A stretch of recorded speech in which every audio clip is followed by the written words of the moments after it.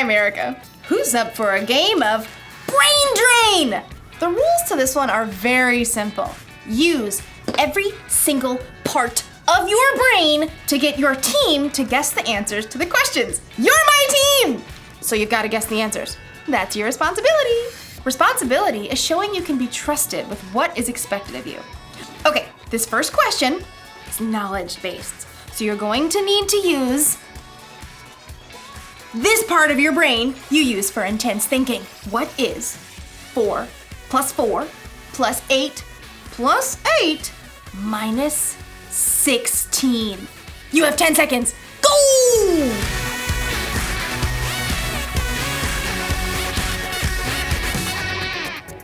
Carry the 1. Okay, time's up! Here's the answer. 4 plus 4 plus 8 plus 8 minus 16 is 8! Did you get the answer? Did you get the answer? Huh? Who got it? I'm gonna say you did.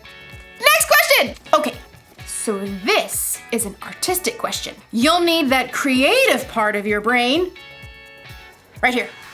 Using the enclosed clay and drawing pad, get your team to guess the following phrase. Okay, I can do this. Go! Huh? Oh, what? Oh, what? Do you get it? It's a dime a dozen. A dime a dozen. A dime a dozen. That's the phrase that means something is so common you can pretty much find it anywhere. It's a dime a dozen. We're rich, I tell you. We're rich. Oh. Let's do another one. Ooh! This one's a performance card. I like this one. It uses that part of your brain that gives you courage. Right here to act on stage or sing. Here goes.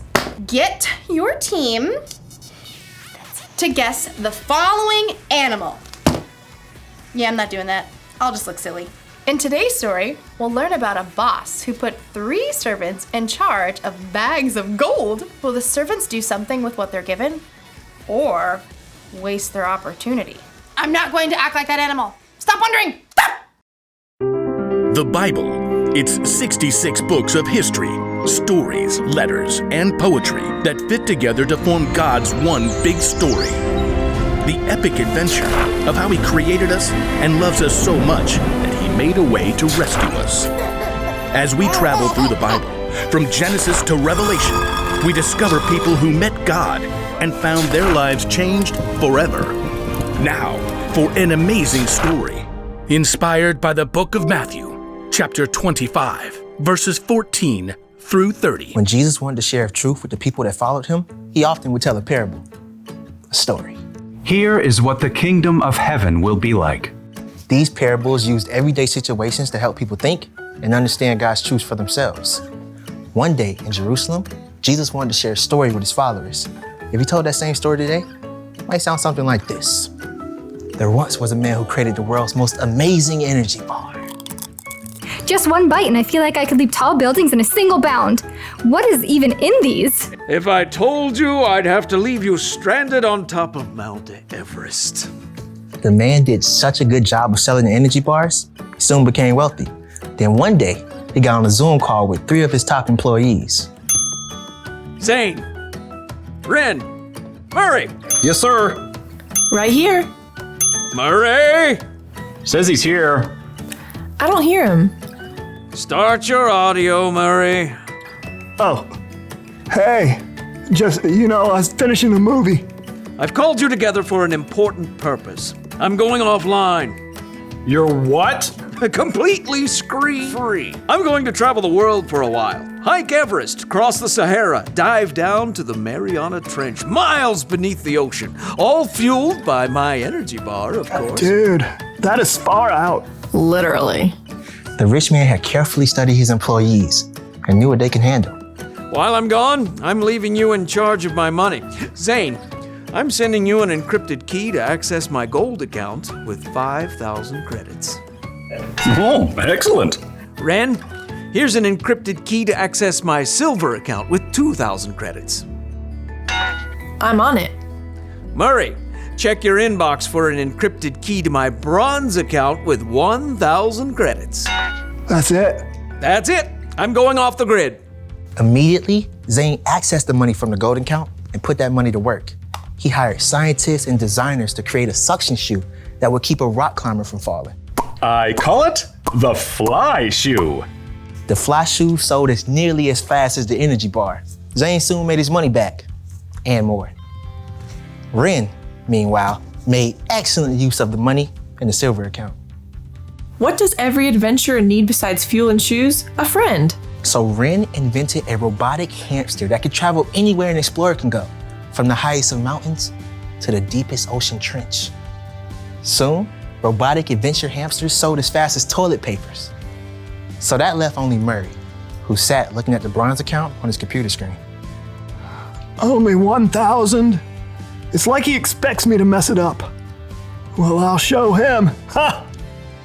So Murray took the money out in coins and stashed them in a giant bag. Then late one night, dug a hole in his backyard, stashed the bag inside, and covered it right back up. Great. Now all I have to do is go back inside and watch Netflix. After a very long time, the rich man returned from the wilds. Ah, electricity, internet. I have returned to the grid.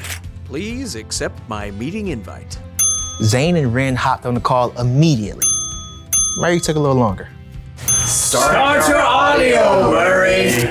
Oh yeah, there it is. I'm excited to see how you've handled my money. Zane?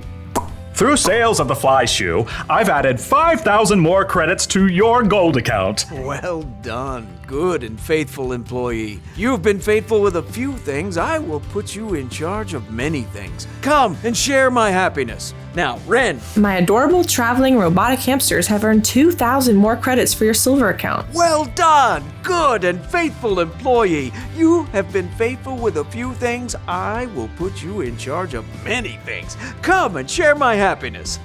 So, Murray. Yeah, hold on. Murray reached down and held up a muddy sack. He spilled the coins across the desk. How much is that? 1,000 credits. That's what I gave you. Yeah. Yeah, well, I knew you're a tough businessman. You make money even where you haven't worked for it. I didn't want you getting mad, so I just buried the money. See? It's all safe. Murray offered a weak smile, but instead of smiling back, the rich man went red in the face. You lazy man. If you knew I can make money even when I haven't worked for it, you should have at least kept my money in the bank where it would have earned a little bit. Sure. The rich man turned to his personal assistant and ordered.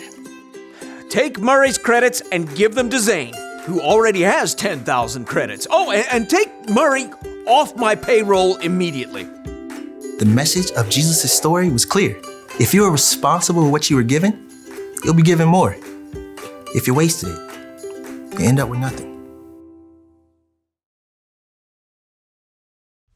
When Jesus told the story about the boss and the 3 servants, I think it was really a story about you and me. God is like the boss in the story, and we're the ones he entrusted with bags of gold. Okay, so maybe God didn't actually give you a bunch of gold, but you have definitely been given something. Each and every one of us has been uniquely created. We've been given unique talents and abilities. We use different parts of our brain. We are definitely not a dime a dozen. So, it's up to us to actually use what God has trusted us with. We can't just bury it in the ground and let it go to waste.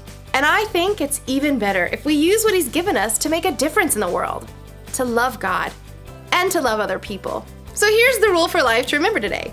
Make the most of what you've been given. So if you've got a talent for singing, then sing out loud and strong. If you're good at intense thinking, then think about how you can make the world a better place. And if you happen to have the talent for acting like a wild animal, then let it out of its cage every once in a while, even if it makes you look silly. Did you get it? You're right. It was a zebra. See you next time. I'm kidding. It was an elephant. A really good elephant, too. I wonder what part of the brain that was. This one? This one? This one? This one? Definitely this one.